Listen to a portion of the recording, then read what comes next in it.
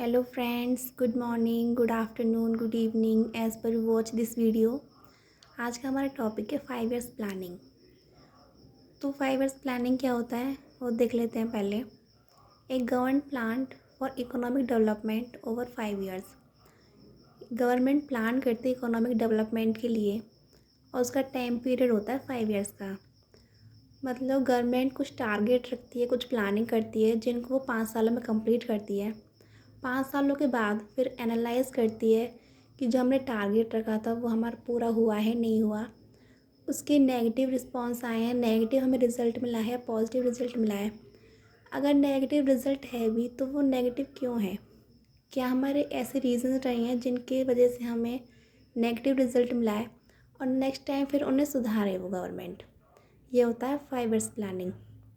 अब मैं इसमें आपको बेसिक बता देती हूँ पहले कि कौन सी 5 ईयर प्लानिंग कितने सालों तक रही थी, फिर हम बाद में डिटेल में पढ़ते हैं।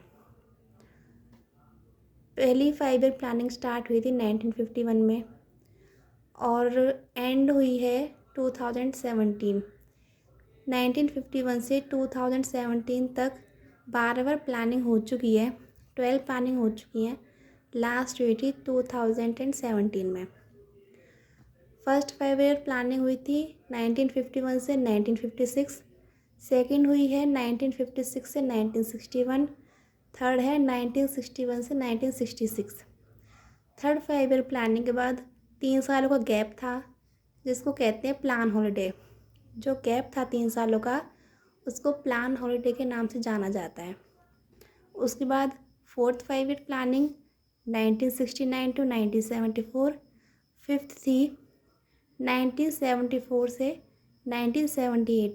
ये 4 सालों की ही थी, इसको 4 सालों में कंप्लीट कर दिया था। 78 में, 79 में होते 5 साल, बट 1 साल पहले इसको कंप्लीट कर दिया था। उसके बाद आती है 1 साल का हमारा रूलिंग प्लान था जो किया था मीराराय जी देसाई ने। सिक्स्थ है हमारी 1980 से 1985। सेवन्थ 5 ईयर प्लानिंग है 1985 से 1990। 1991 में गवर्नमेंट ने एक पॉलिसी बनाई थी, उसको कहते हैं एलपीजी पॉलिसी। एलपीजी की फुल फॉर्म है liberalisation, privatisation and globalisation. Liberalisation में क्या होता है कि गवर्नमेंट ने कुछ रिस्ट्रिक्शंस को रिड्यूस कर दिया था। मतलब कि जब हम बिज़नेस करते हैं तो उसमें कुछ टर्म एंड कंडीशंस होती हैं, कुछ रूल्स एंड रेगुलेशंस होते हैं। जैसे हमें कोई अपना बिज़नेस स्टार्ट करना है तो उसमें लाइसेंस की ज़रूरत होती है, उसके लिए बहुत सारी लीगल फॉर्मेलिटीज़ करनी पड़ती हैं। तो गवर्नमेंट ने कुछ कम कर दी थी जिससे हमें बिज़नेस करने में दिक्कत ना हो ज़्यादा और कोई भी अपना बिज़नेस आसानी से स्टार्ट कर सकता है। उसके बाद था प्राइवेटाइजेशन। प्राइवेटाइजेशन में गवर्नमेंट ने अपनी कुछ ऑर्गेनाइजेशंस जो गवर्नमेंट के अंदर आती थी, जिन पे कंट्रोल गवर्नमेंट का था, रूल रेगुलेशन गवर्नमेंट के थे, उसमें वो उन्होंने प्राइवेट में कन्वर्ट कर दी थी। नेक्स्ट है हमारी ग्लोबलाइजेशन। ग्लोबलाइजेशन में क्या होता है, हम इंटरनेशनल ट्रेड कर सकते हैं, हमें फ्रीडम होता है इंटरनेशनल ट्रेड करने का। हम एब्रॉड में हम इन्वेस्टमेंट कर सकते हैं, अपना गुड्स का ट्रेड कर सकते हैं और टेक्नोलॉजीज़ को भी हम शेयर कर सकते हैं। अगर हमें वहाँ की कुछ टेक्नोलॉजी हैं जो हमें अच्छी लगती हैं, अच्छी मतलब कि हमारे बिज़नेस में हमें हेल्पफुल हैं, तो हम वहाँ से उनकी टेक्नोलॉजी को ले सकते हैं। और अगर हमें यहाँ से अपनी टेक्नोलॉजी वहाँ बेचनी हो फ़ॉरेन में तो वो भी हम आसानी से कर सकते हैं। ये था एलपीजी पॉलिसी। ये बिज़नेस के लिए हेल्पफुल थी, ये पॉलिसी गवर्नमेंट ने बनाई थी जो 1991 में। उसके बाद 5 ईयर प्लानिंग था 1992 टू 1997। नाइन्थ है 1997 टू 2002। 10th प्लानिंग है 2002 से 2007 तक। 11th 2007 to 2012। 12th है 2012 टू 2017।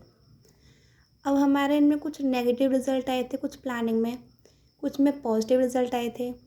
तो एक ट्रिक है, 2 का स्क्वायर होता है 4, 3 का स्क्वायर 9, 9 के बाद 10, 11, 12, मतलब 2, 4, 3, 9, 10, 11, 12 ये सारे नेगेटिव प्लानिंग्स थी। मतलब इनका रिज़ल्ट नेगेटिव आया था। जो हमने टारगेट फिक्स किया था प्रॉफिट का उतना नहीं आया था, बल्कि उससे कम आया था। तो 2, 4, 3, 9 और 10, 11, 12 बाकी बची हुई हैं उनका पॉजिटिव रिज़ल्ट आया। पॉजिटिव प्लानिंग है थी वो पॉजिटिव प्लानिंग कौन कौन सी हैं? 1, 5, 6, 7, 8 ये सारी पॉजिटिव प्लानिंग थी।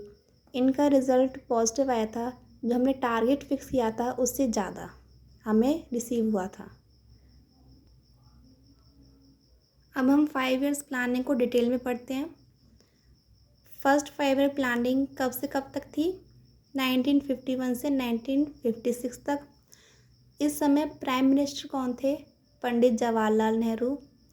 और 5 ईयर प्लानिंग का मॉडल किसने प्रिपेयर किया था? मॉडल प्रिपेयर किया था हेराल्ड डॉमर ने। इन्होंने बताया था कि हमें 5 ईयर प्लानिंग है जो फर्स्ट वो किस बेसिक पे होनी चाहिए, क्या हमें मेन टारगेट रखना चाहिए, ये डिसाइड किया था हेराल्ड ने और डोमार ने। ये दोनों ही यूके से बिलोंग करते हैं, दोनों यूके के रहने वाले हैं। प्राइम मिनिस्टर जब पहले प्राइम मिनिस्टर बने थे फर्स्ट टाइम, तो वो वोटिंग सिस्टम से नहीं बने थे। उनको जनरली ऐसे ही बिना वोटिंग सिस्टम से ही पीएम बना दिया गया था कैबिनेट मिशन में। वो टाइम था अक्टूबर 1951 से मार्च 1952। इस टाइम पीरियड में जो नेहरू जी पीएम रहे थे वो वोटिंग सिस्टम से नहीं थे, वो जनरली इलेक्टेड किए गए थे कैबिनेट मिशन में। उसके बाद जब सेकंड टाइम नेहरू जी बने थे प्राइम मिनिस्टर, तो वोटिंग सिस्टम से ही बने थे। According to Harold and Domar, first 5 year for agriculture development. Harold और डॉमर के अकॉर्डिंग फर्स्ट 5 ईयर हमारा एग्रीकल्चर डेवलपमेंट पे बेस्ड था। हमारा मेन टारगेट एग्रीकल्चर था फर्स्ट 5 ईयर प्लानिंग में। देखो मेन टारगेट क्या है? एग्रीकल्चर। मेन टारगेट एग्रीकल्चर था, बट हमने कुछ और भी डिस्कशन किए थे, जैसे कि इंडिया पाकिस्तान बाउंड्री। हम 1947 में हमें आज़ादी मिली थी और फर्स्ट 5 ईयर प्लानिंग का हुए 1951, तो हमें ज़्यादा टाइम नहीं हुआ आज़ाद हुए। तो बाउंड्री से रिलेटेड भी कुछ बातें हुई थी, बट जिनका कोई रिज़ल्ट नहीं आया। ये बातें वहीं ख़त्म कर दी गई। उसके बाद आता है RBI, reserve bank of India. आज़ादी से पहले 1947 से पहले रिज़र्व बैंक हमारे इंडिया गवर्नमेंट के अंदर नहीं आता था, बट 1947 के बाद reserve bank of India India के गवर्नमेंट के इंक्लूड होने लगा था। आरबीआई से हमें हेल्प भी मिली थी, helpful in development of small industry. किस चीज़ में हेल्प मिली हमें आरबीआई से 1947 में? स्मॉल इंडस्ट्रीज़ में। नेक्स्ट है हमारा ग्रोथ टारगेट। ग्रोथ टारगेट हमने रखा था 2.1, बट हमें आउटकम कितनी मिली थी? 3.6। मतलब जितना हमने सोचा था हमें उससे ज़्यादा गेन हुआ। तो मतलब इस 5 ईयर प्लानिंग में हमने प्रॉफिट गेन किया है और ये हमारी पॉजिटिव प्लानिंग रही थी। नेक्स्ट पॉइंट है भाखड़ा नागल डैम। भाखड़ा नागल डैम भी फर्स्ट 5 ईयर प्लानिंग में बनाया गया था। ये बना था पंजाब और हिमाचल में। सतलुज नदी के यहाँ पे डैम बनाया गया था और इसको डिज़ाइन किसने किया था? सर छोटू राम ने बनाया था इसको, भाखड़ा नागल डैम को। सर छोटू राम ने एलएलबी कंप्लीट की थी आगरा से 1910 में और ये हरियाणा के रहने वाले थे। सर छोटू राम ने एलएलबी की थी आगरा से 1910 में और कहाँ के रहने वाले थे? हरियाणा के। सेकंड है हीराकुंड प्लान। ये हीराकुंड डैम है जो कि किस लिए बनाया गया था? फ्लड कंट्रोल के लिए, इरिगेशन के लिए और पावर जनरेशन, मतलब कि बाढ़ को रोकने के लिए, सिंचाई करने के लिए और बिजली बनाने के लिए। ये कहाँ बनाया गया था? उड़ीसा में बनाया गया था। और इसको डिज़ाइन किसने किया था? इसको बनाया किसने था? सर जॉन ब्रेन ने बनाया था। कहाँ बनाया था? महा रिवर के पास। सेकंड है national development programme. In 2 October 1952 में America helped in this programme. इस प्रोग्राम में गवर्नमेंट ने कुछ डिसीज़न लिए थे डेवलपमेंट के लिए, जिसमें कि अमेरिका ने हमारी हेल्प की थी उन डिसीजंस को बनाने के लिए। नेक्स्ट है हमारा point M.N.. Roy. In 1952 he published a magazine. M.N.. Roy ने 1952 में एक मैगज़ीन पब्लिश की थी जिसका नाम है युगदूत, और इसे युगदत्त भी कहते हैं। ये इंग्लिश लैंग्वेज में थी। एक तो इन्होंने मैगज़ीन बनाई थी और इन्होंने 2 बुक भी बनाई थी।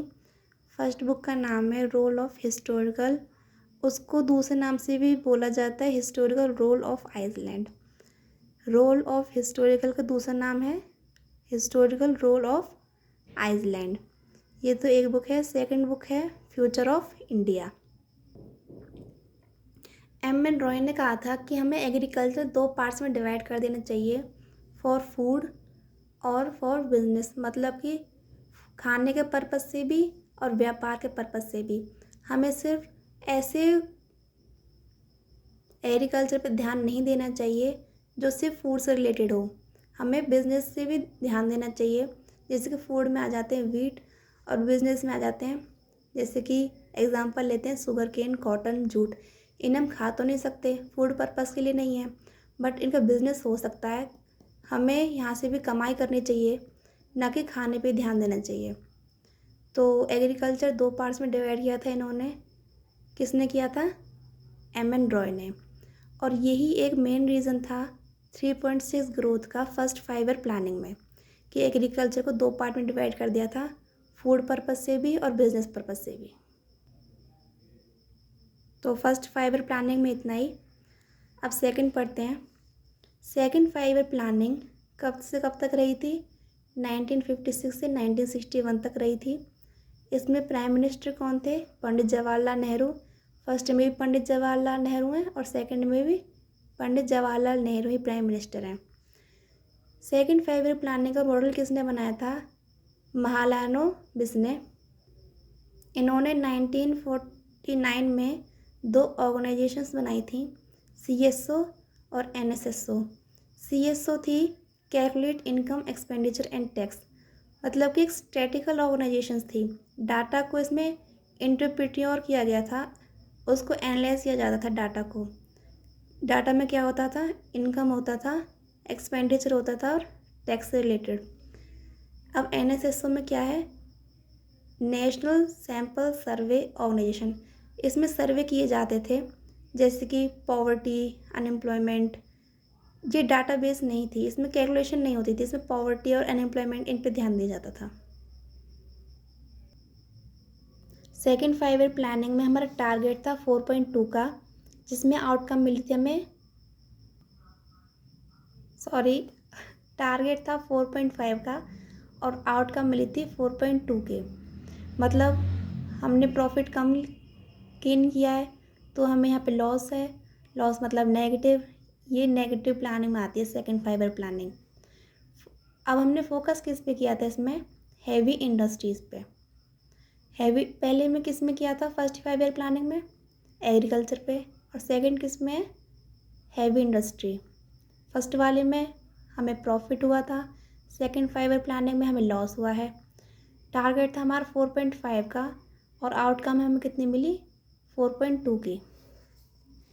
अब हमने हैवी इंडस्ट्रीज़ में क्या क्या फैक्ट्रीज़ लगाई हैं वो देखते हैं।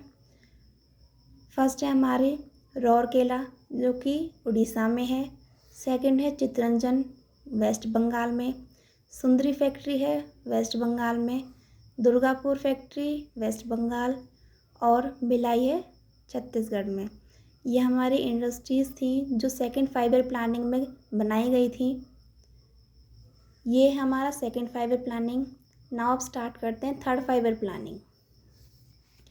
थर्ड 5 ईयर प्लानिंग कब से कब तक रही है? 1961 से 1966 तक।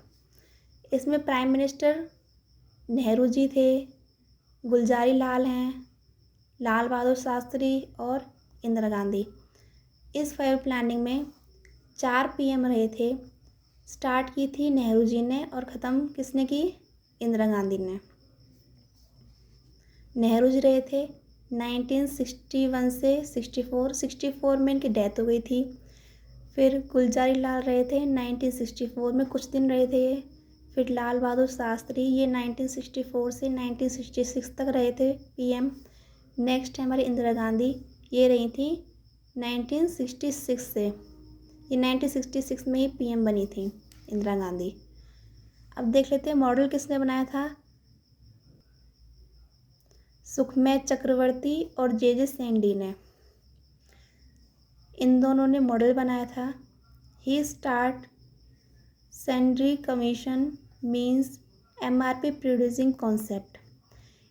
इन्होंने एक कमीशन बनाया था, सेंडी कमीशन, जिसमें था कि हमें एमआरपी शो करनी चाहिए अपने प्रोडक्ट पर, ये कंपलसरी है। इस कमीशन में ये बताया गया था। और इन्होंने जे सेंडी ने एक कॉन्सेप्ट भी बनाया था, डुअल ऑफर कॉन्सेप्ट। जैसे एग्जांपल लेते हैं, 6000 का अगर हम 45 + 15% निकालें तो ऐसा नहीं होगा कि इसको 6000 को 60% निकालना है। इसका मतलब ये है कि पहले 6000 का 45% निकलेगा और जो 45% है उसका फिर 15% निकालना है, ना कि इन दोनों को ऐड करके फिर इसका परसेंट, इनका ऐड करके क्या आएगा 60। तो मतलब 6000 का 60% नहीं निकालना, पहले 6000 का 45% निकालना है, फिर जो आंसर आएगा उसका फिर 15%। ये बताया था इन्होंने, ये हम आगे पढ़ेंगे नेक्स्ट क्लास में। थोड़ा ऐसे ही बता दिया बेसिक।